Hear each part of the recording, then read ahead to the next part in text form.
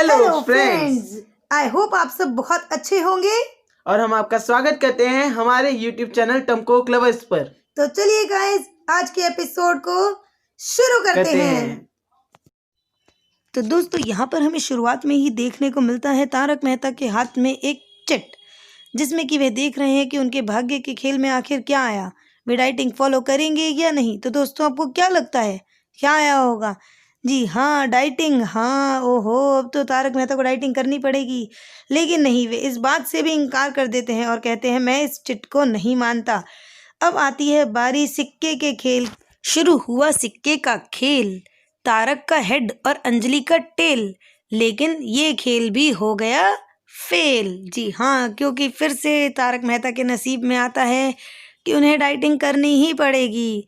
तो देखिए दोस्तों, इस तरह वे मान जाते हैं कि चलिए, अगर उनके भाग्य में यही लिखा है कि डाइटिंग करनी ही है, तो क्यों ना चुपचाप करेले का जूस पीकर ऑफिस जाया जाए। तो आखिरकार उन्हें करेले का जूस पीना ही पड़ा दोस्तों। अब इसी के साथ ये दोनों दोस्त निकलते हैं घर से बाहर और बाहर इन्हें मिलते हैं सोडी। ओए बल्ले बल्ले, ओए बल्ले बल्ले, ओए बल्ले बल्ले। ये तीनों आपस में बात कर ही रहे होते हैं कि अचानक इन्हें दिखाई देते हैं सोसाइटी के एकमात्र सेक्रेटरी, यानी कि मास्टर भीड़े, जो कि लिख रहे होते हैं सुविचार।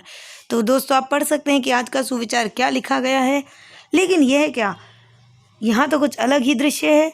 जेठा कुछ बोल नहीं रहे हैं और सोडी हैं कि उनके इशारों का कुछ अलग मतलब निकाल रहे हैं और जी धमाका होने को है।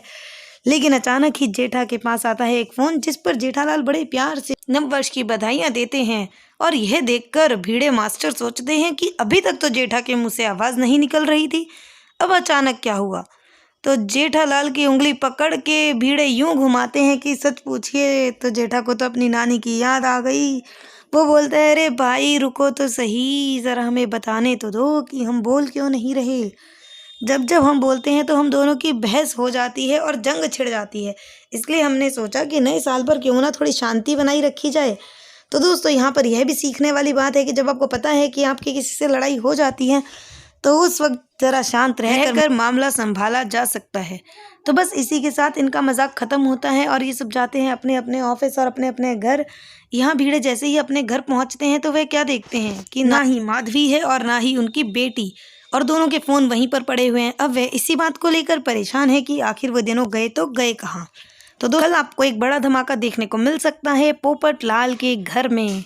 सो guys, be ready for the fun, enjoyment and मस्ती। We will see you soon. तो गाइस, आपको हमारी वीडियो पसंद आई हो तो इसे लाइक कीजिए, शेयर कीजिए और सब्सक्राइब कीजिए।